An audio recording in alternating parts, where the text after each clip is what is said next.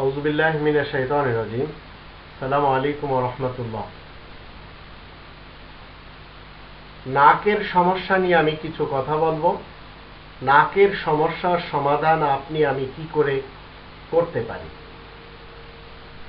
আমি বঙ্গ আসনের কথা বলেছি, বাংলার ব্যায়ামের কথা বলেছি, শরীর চর্চা নিয়ে অনেক কথা বলেছি।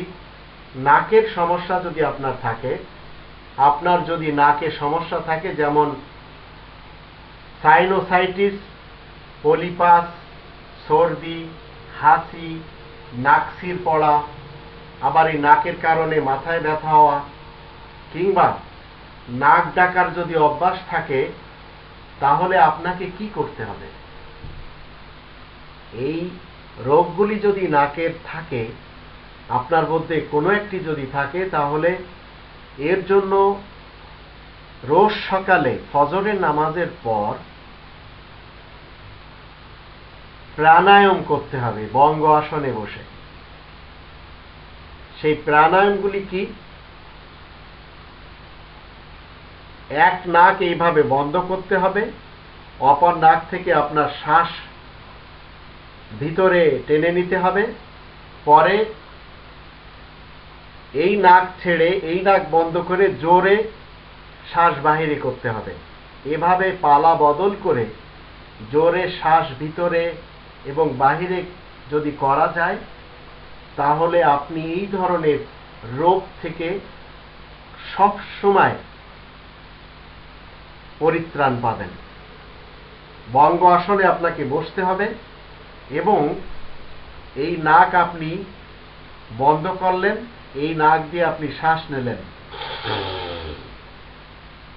এইবার আপনি কি করবেন? এই নাক বন্ধ করবেন, এই নাক খুলে দিয়ে এই শ্বাস বাহিরে করবেন।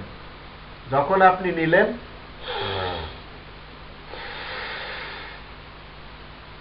আবার আপনাকে এখানে বন্ধ রেখে এই নাক দিয়ে আপনাকে শ্বাস নিতে হবে, পরে এই নাক বন্ধ করে এই পাশে ছাড়তে হবে।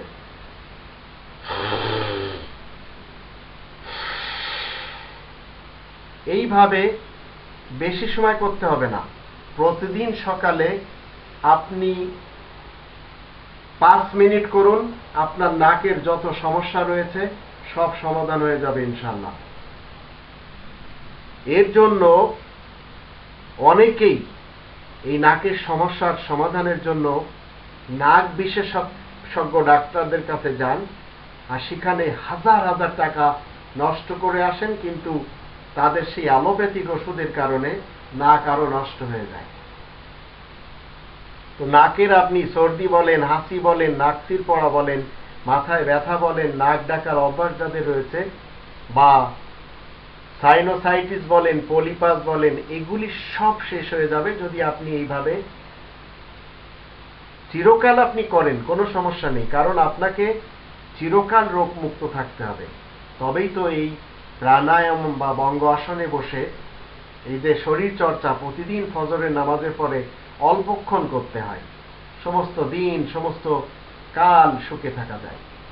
তো এই কাজগুলি যদি করতে পারেন, নাকের সমস্যা সমাধান হয়ে যাবে ইনশাআল্লাহ।